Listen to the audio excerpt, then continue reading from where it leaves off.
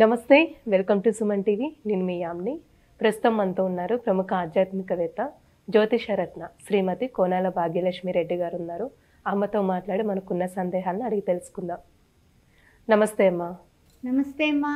అమ్మ, మీరు ప్రతి నెల అయితే 12 రాశుల గురించి తెలియజేస్తారు, వాళ్ళకి సంబంధించిన పరిహారం కూడా తెలియజేస్తారు. కాబట్టి ఈ ఆగస్టు నెలలో అసలు ఏ విధంగా ఉంటుందమ్మా? ఆగస్టు నెల అంటేనే శ్రావణ మాసం. శ్రావణ మాసంలో ఏ విధంగా ఉంటుంది? ద్వాదశ రాశుల వారికి చాలా ఆనందంగా వాళ్ళకి జరిగేటటువంటి శుభ పరిణామాల గురించి మనం ద్వాదశ రాశుల వారికి చెప్పుకుందాం. మాస ఫలాలు కార్యక్రమానికి స్వాగతం, సుస్వాగతం. అయితే ద్వాదశ రాశుల వారికి ఏ విధంగా ఉంది? గ్రహాల యొక్క స్థితిగతుల్లో మార్పులు చేర్పులు తెలుసుకుందాం. మరి చూసినట్లయితే మనకి 5వ తారీఖున బుధుడు వక్రగతిన వెళ్తున్నాడు. ఆ తర్వాత మనకి చూసినట్లయితే రవి సంక్రమణం సింహరాశిలోకి 16వ తారీఖున జరుగుతుంది యథావిధిగా. తర్వాత శుక్రుడు చూస్తేనేమో 24న కన్యారాశిలోకి, కుజుడు చూస్తే 27వ తారీఖున మిథునంలోకి కూడా ప్రయాణం చేయబోతున్నారు. ఈ మాసంలో అంటే ఈ శ్రావణ మాసంలో ముఖ్యంగా 1/8/2024 నుంచి 31/8/2024 వరకు ఈ యొక్క మాస ఫలాలు కార్యక్రమంలో ఇవి విశేషాలు ఏ విధంగా ఉండబోతున్నాయి ద్వాదశ రాశుల వారికి అనే విషయాల్ని చాలా చక్కగా మనము అందరికీ కూడా తెలుసుకుని అందరికీ చెప్పుకుందాం. అమ్మ, ఇప్పుడు ఆగస్టు నెలలో వృశ్చిక రాశి వారికి ఏ విధంగా ఉంటుంది? పరిహారం ఏంటమ్మా అసలు? తప్పనిసరిగా చెప్పుకుందామా. వృశ్చిక రాశిలో ఉన్నటువంటి విశాఖ నక్షత్రం 4వ పాదం, అనురాధ, జ్యేష్ఠ ఏ విధంగా ఉండబోతుంది అనే విషయాన్ని ఇప్పుడు మనం పరిశీలిద్దాం.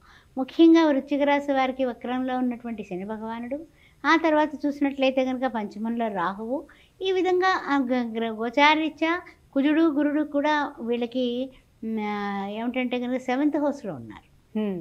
అష్టమంలోకి నెలాఖరికి కుజుడు వస్తున్నాడు మిథునంలోకి. అప్పుడే కొంచెం జాగ్రత్తగా ఉండాలి. 27 వరకు పర్వాలేదు, భార్యాభర్తల మధ్య ఏదైనా చిన్న చిన్న మాట పట్టింపులు వచ్చినా ఓకే, జరిగిపోతుంది. గురువు కూడా అక్కడే ఉన్నాడు కాబట్టి సమతుల్యతగా వెళ్ళిపోతుంది. నెలాఖరు వచ్చిన తర్వాత కాస్త ఎవరితోటి వాదలాడటం మానేయండి ఫస్ట్, అంతే.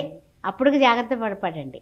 ఎందుకు ఫస్ట్ చెప్తున్నానంటే, ముందు ఏదైనా సరే రాబోతున్నది ముందు తెలుసుకున్నాం అనుకోండి, మన జాగ్రత్తలో మనం ఉంటాం గ్యారంటీ. కానీ అందుకని ముందు ఆ విషయం చెప్పాను మీకు. తర్వాత ఏంటంటే కనుక దశమంలో రవి వస్తున్నాడు. ఆ తర్వాత ఏంటంటే కనుక కొన్ని 10లోకి ఎప్పుడైతే రవి వచ్చేసాడో ఏం జరుగుతుంది? గవర్నమెంట్కి సంబంధించినటువంటి పనులు, గవర్నమెంట్ బిల్లులు, లేకపోతే గవర్నమెంట్కి సంబంధించిన పెండింగ్ వర్క్స్, అవన్నీ కూడా మీరు పూర్తి చేసిన వాటికి డబ్బు రాలేదు, అవన్నీ రిలీజ్ అవుతాయి. ఇప్పటివరకు మీరు తిరిగారు, కాళ్ళు అరిగిపోయాయి, చెప్పులు అరిగిపోయాయి అనుకున్నారు కదా, గ్యారంటీగా వస్తాయి. ఏం పర్వాలేదు. 16 తర్వాత మీకు శుభమే జరుగుతుంది. మళ్ళీ 27 తర్వాత మళ్ళీ కోపాలు తాపాలు ఎక్కువ అవుతాయి అష్టమ కుజుడు వల్ల. అందుకని ఫస్ట్ చెప్పాను అనమాట. పట్టుదలకి పోకండి, శ్రమ పడండి, ఏం పర్వాలేదు, ఫలితాలు అయితే బాగున్నాయి. ఆ విషయం గుర్తుపెట్టుకోండి. అయితే ఏంటంటే కనుక క్రయ విక్రయాదులకి వెళుతూ ఉంటారు రియల్ ఎస్టేట్ రంగం వాళ్ళు, లేకపోతే ఏదైనా సరే ఆ విషయాల్లో చాలా చాలా జాగ్రత్తగా ఆచితూచి అడుగులు వేయండి.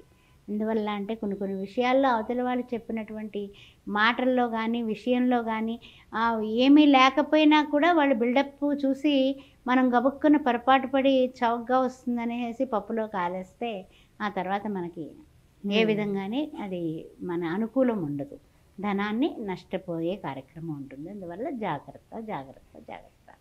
అమ్మ, ఇప్పుడు వీళ్ళకి వ్యాపారస్తులకి ఏ విధంగా ఉంటుందంటారు? అంటే ఏదైనా సరేనమ్మా, పోటీలకు దూరంగా ఉండాలి వ్యాపారస్తులు. ఏంటంటే వాడు పెట్టుబడి పెట్టేశాడు, 10 లక్షలు పెట్టాడు, నాకు 50 లక్షలు వచ్చింది, మనం కూడా 50 లక్షలు పెడదాం, ₹1 కోటి వస్తాయి. ఈ విధమైన పోటీతత్వం వ్యాపారంలో సహజం అది. ఎందుకంటే వాళ్ళ రకం తెప్పించారంటే మనం ఇంకో కొత్త రకం తెప్పిస్తే కానీ అవదు అని అనుకుంటూ ఉంటారు. ఏ వ్యాపారమైనా అంతేనమ్మా. పోటీలో నిలబడాలి అంటే కొత్తదనం కావాలి. వచ్చేటటువంటి కస్టమర్ ఎప్పుడు కొత్తదనమే చూస్తాడు. నాణ్యత అనేది పక్కకి వెళ్ళిపోయాయి, రోజులు మారాయి. ఇప్పుడంతా కొత్త వెరైటీ అంటున్నారు ఏ రంగంలో అయినా సరే.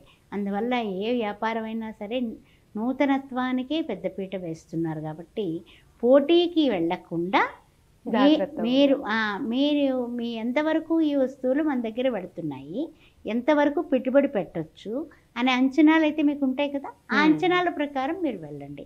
అంతేగాని మీరు ఎదుటి వాళ్ళని చూసి పులిని చూసి నక్క వాతలు పెట్టుకున్నట్టు చేసుకోకండి. అదే నిర్మోహమాటంగా చెబుతున్నటువంటి ప్రక్రియ. అమ్మ ఇప్పుడు విద్యార్థులకి ఏ విధంగా ఉంటుందమ్మా? విదేశీయానం ఉందంటారా? విదేశీయానం అంటే కనుక ప్రయత్నాలు చేస్తున్నారు. కానీ ఏంటంటే కొన్ని కొన్ని విషయాల్లో మరి ఆ ప్రయత్నాలు ఇంకా ఫలించటం లేదు. అందువలన ఇంకా ప్రయత్నం గట్టిగా చేయాలి, తప్పదు. అంతేగాని తొందరపడి ఆ విషయంలో కూడా మోసపోకండి. ఎవరికి పైసలు ఇచ్చేసి మోసపోకండి. మీ వాళ్ళ ద్వారా అక్కడ ఎవరైనా విదేశాల్లో ఉన్న వాళ్ళ ద్వారా ఏమైనా అక్కడ వాళ్ళు స్పాన్సర్ చేసినా ఆ విధంగా వెళ్ళేటట్టుగా అవకాశాలు చూసుకోండి. వాగ్వివాదాలకి గొడవలకి వెళ్ళకండి. పడితే కనుక ఆ తర్వాత కుటుంబంలో కూడా మీరు ఇంటే కాదు బయటే కాదు ఇంట్లో కూడా గెలవాలి కదా. ఇంట గెలిస్తేనే ప్రశాంతత చిక్కి మీరు ఆనందంగా ఉంటారు. కుటుంబంలో బాగుంటేనే ఇల్లు మొత్తం ప్రపంచం అంతా కూడా ఏలేయచ్చు. ఆ విషయం గుర్తుపెట్టుకోండి.